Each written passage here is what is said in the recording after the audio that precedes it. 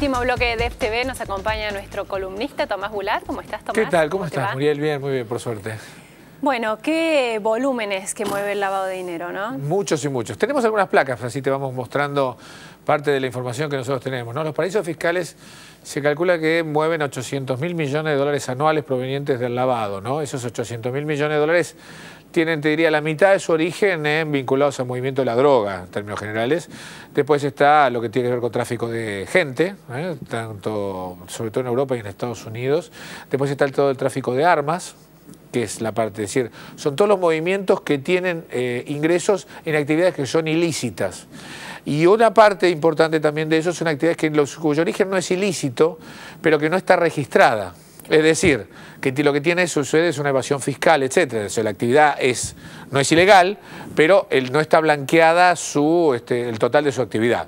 Gente que trabaja lo que se conoce muchas veces con economía en negro, que no es que la actividad es ilícita, sino que hay mucho de trabajo que tratan de blanquearlo también por una cuestión de no pagos impositivos. Sí, pero lo gordo es por actividades ilícitas, queda claro, ¿no? Esto.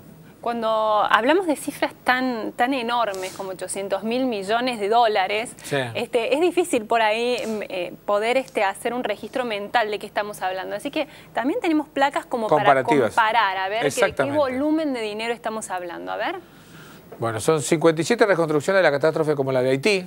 O sea, podríamos hacer 57 Puerto Príncipes nuevos para semejante tamaño. ¿Sí? Ahí tenemos también la decaparación, son 5.600 por cada hogar de América Latina. Es un subsidio más que interesante. Y los 800.000 millones de dólares son 550.000 que le podríamos dar a cada jubilado argentino. Que mira lo contento que se pondría ahí. Por supuesto que sí. Digo, a los 800.000, vamos a ser claros, son casi 3 Argentinas, ¿no? Claro. De PBI por año. Más de 4.500 pases de Messi y 409 seleccionados. Para serte franco, prefiero que le den la plata a los jubilados y no compararlo con Messi, pero la parte futbolera también está. Ahora, ¿cuáles son, digamos, los mecanismos también para blanquearlo? O sea, ¿por qué la necesidad de blanquearlo? Vos tenés la actividad ilícita y después lo que querés hacer es justamente ver que sea parte de tu patrimonio y empezarlo a mover.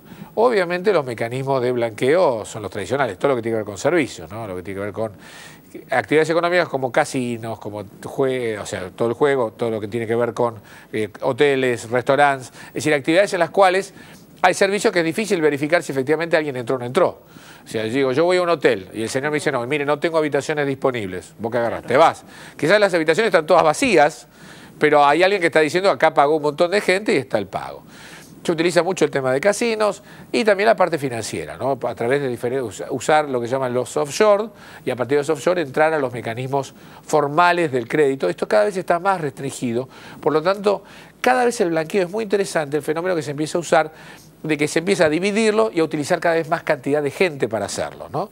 Entonces se está empezando a usar el blanqueo, está empezando a hacer todo un trabajo, blanquear semejante cantidad de recursos, que por supuesto lo hacen en todos lados del mundo y en todos los lugares, ¿no? Me gustaría poner el ejemplo, Tomás, ya que nosotros siempre hablamos tanto de la región de Panamá, ¿no? Este país que ha crecido tanto, que vemos tanta construcción y dinero que sabemos que proviene sobre todo del narcotráfico de Colombia, ¿no? Sí. ¿Por qué a Panamá? A ver, varias cuestiones. Panamá era probablemente un paraíso fiscal, o sea, eso quiere decir no preguntaba demasiado las cuestiones. Panamá, tengo que ser franco también, está cambiando bastante. En la medida que le está yendo muy bien, Panamá está cambiando y evolucionando bastante en este tema. ¿Por qué? Porque está recibiendo inversiones reales y concretas, sobre todo desde los Estados Unidos, y empresas que se están decidiendo radicar en un polo importante como es Panamá en lugar de Miami, porque les queda mucho más cómodo y tienen toda la infraestructura. Entonces, el Panamá original que nosotros conocíamos como paraíso fiscal también, está empezando a cambiar lentamente y ya cada vez tiene menos de ese destino. De todos modos te digo, del origen de la droga, de lo que mueve desde el consumidor de la droga, el 70% queda en los Estados Unidos de lo que se vende en Estados Unidos. Se blanquea en los Estados Unidos. O sea, solamente el 30% va para atrás, que es pagarle a la gente. Y de la heroína, solamente se calcula que el 18% le va por fuera de los países consumidores como Estados Unidos y Europa. La heroína se consume más en Europa. El resto se blanquea adentro. Es decir, es cierto que Panamá puede recibir, pero Panamá es una ciudad muy chica, con lo cual la entrada de plata del blanqueo le tiene mucho impacto. Pero no perdamos de vista, los principales lugares de blanqueo son los lugares donde se consume la droga, en el caso de la droga.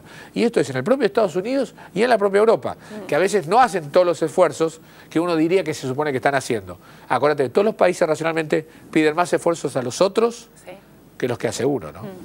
Y bueno, y este tema tan interesante, que tiene distintas aristas también, complejo, como lo decía desde el comienzo, lo tenemos como tema de etapa y muy desarrollado también. Así es, exactamente. ¿No? Justamente, como siempre, lo que yo rescato muchísimo de la revista, de la profundidad de los artículos, tiene que ver con la infografía. Y si vos ves acá la infografía, explicando efectivamente cómo es la lucha contra el lavado del dinero, que entra, por supuesto, también, hay que reconocer, peleando contra la actividad ilegal. En la medida que no existe la actividad ilegal, no existe más eso. Y también otros temas que tienen que ver, bueno, todo un profundo análisis en la revista, y también un tema que a mí me interesa mucho, que tiene que ver con el tema energético. Hay que recordar que nosotros charlamos esos temas, y está toda la discusión sobre el tema del gas en Bolivia, los diferentes gasoductos, y otra muy buena infografía de Argentina en la discusión del gas y la importancia que tiene.